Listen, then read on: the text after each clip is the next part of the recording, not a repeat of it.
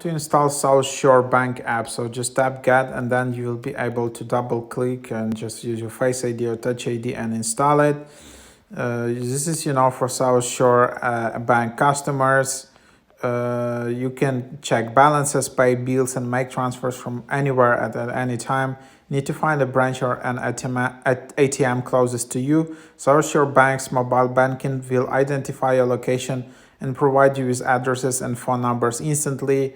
Available features include accounts, transfers, easily transfer funds between your accounts, location, and all of that. So just open up the app, and then you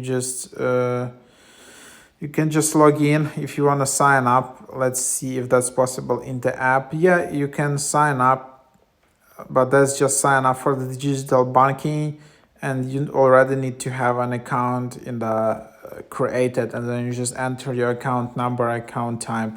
Otherwise, if you created an account already, so this way you don't create an account in the bank, you just create like a digital app account connected to your bank account. And then if you have your digital app account, you can just log in here and then just can manage everything from the app. It's it's quite convenient to use from the app.